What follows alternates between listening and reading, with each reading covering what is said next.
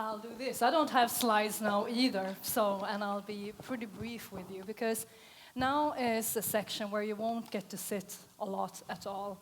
We're going to enter the networking track circuit piece of the conference where you're really going to get to know each other. But this whole getting to know each other, it's pretty tricky. I mean, in Scandinavia, it's not like we're the most sociable. And I'm from the north of Sweden. We're less populated than Mongolia. How many social skills do you think we pick up? It becomes really hard, right?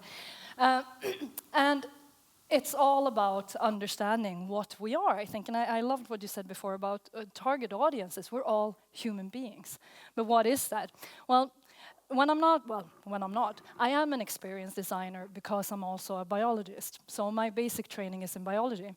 And the understanding of human beings from a biological perspective does come in handy a lot when you are an experienced designer. Because, you need to understand people to be able to cater to their experiences and some things we share, going back to our human nature. So what are humans then? Well, we are a cultural being for sure. So there are many things, and my old professor used to say that you're not allowed to apply the behavioral ecology theories on people that we study on other animals. Fair enough. But we are an animal too. You're not only descendant from, but you are an ape. I think that's the worst insult you'll get today, so we won't get any worse than that. But because you are one of the great 5 apes species, and they're all cultural beings. And what else they are also very social, they live in groups, they're hierarchical, flock-living apes. Our closest relative, we have 2 cousins that are really close to us. They are actually more close to you and I genetically than the African and Indian elephant are. And that's the Pygmy Chimpanzee and the common chimpanzee, the Pygmy Chimpanzee being the bonobo. Now, the stories we tell about those 2 species and whether we feel more affiliated to the common chimpanzee or the Pygmy, the bonobo, has a lot of repercussions for how we view people. Because those of you who laugh a little now, you know about bonobos. Right. That's a very interesting topic that I could talk about at another time, but then we're entering a whole different playing field altogether. So we'll leave that alone for today. But so we're very, very close to them. And so we are evolved to live in a flock. That's the most important thing I want to get to. You have evolved to live in a flock. One sort of evidence or piece that points to that direction apart from our relatives is that our young are utterly worthless for many years. This is a unique trait in the mammal world. Among all mammals, there are no species, such as the 5 great apes, that give birth to such useless babies as we do. They are helpless, defenseless, for years upon years before they become fully functional and can survive in the world. And we're laughing now, and those of you who are parents, you know.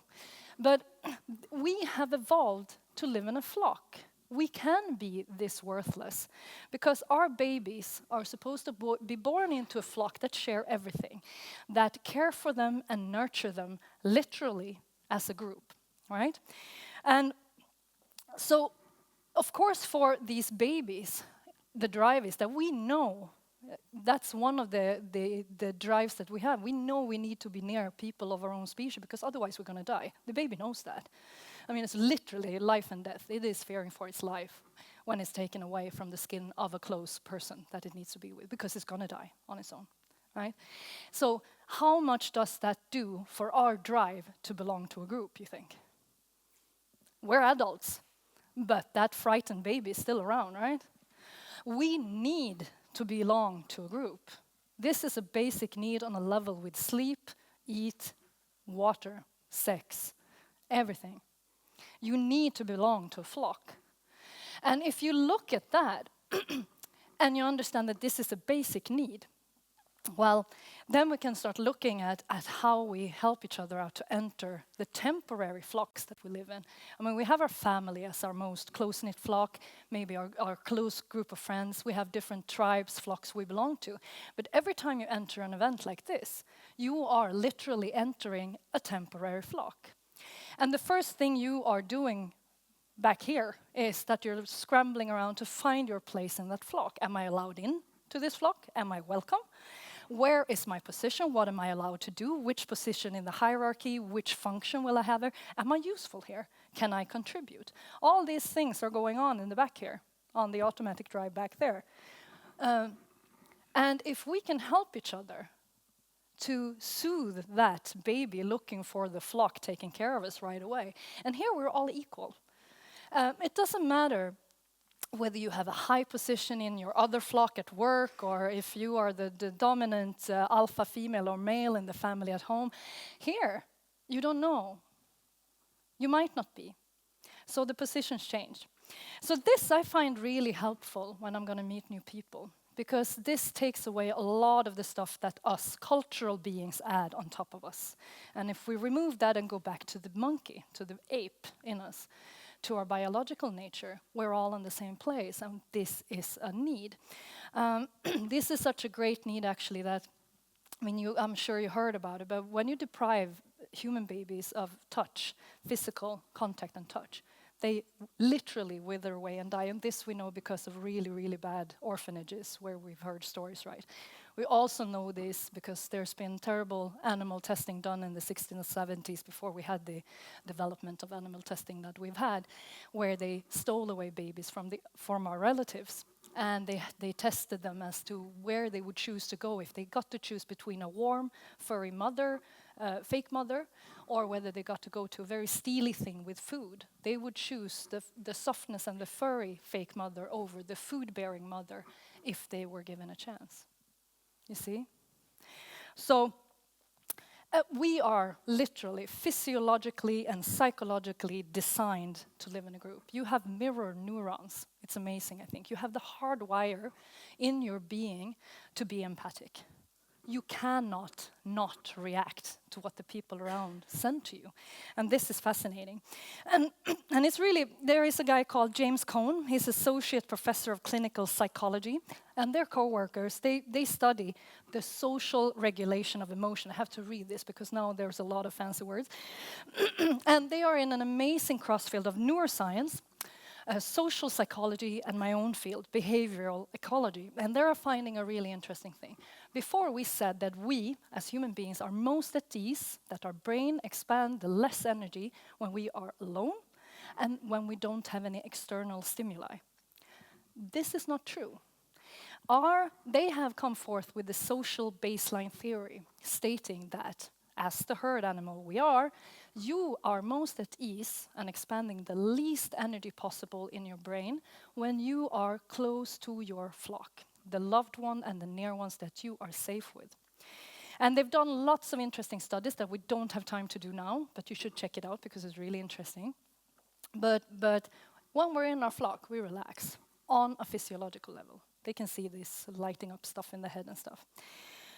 So, and also, the mirror neurons, they help us with our collective intelligence. Group intelligence isn't really measured on what competencies we have in the group.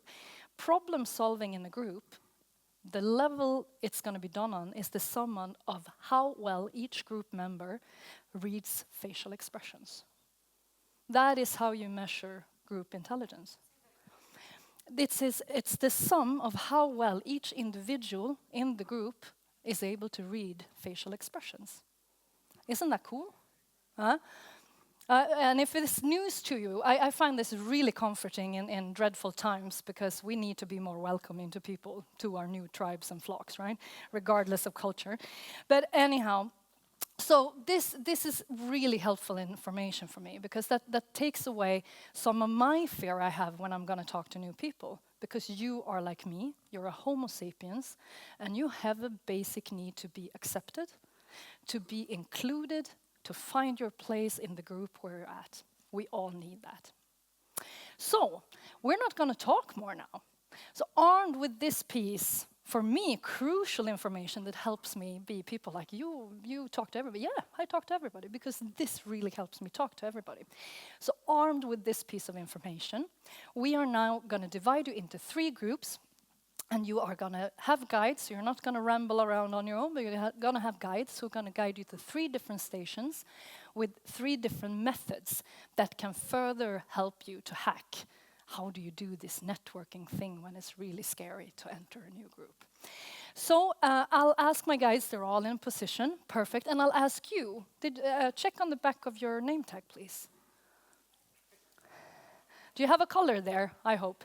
If you are a teacher up here on stage with me, later on or have been, you might not have, and then you just pick a group you want to go with. It's fine, you pick any group.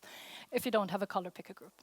But, so, we have the red group, those with red dots. You are going to follow our lovely guide Pixie over here. And then we have the people with the green dots. You have Naya in the far back, so you follow her. And for those with blue dots, we have Charlotte, over there to guide you to your station. So go to your guide, follow them, and now you're going to learn some methods. Time to work.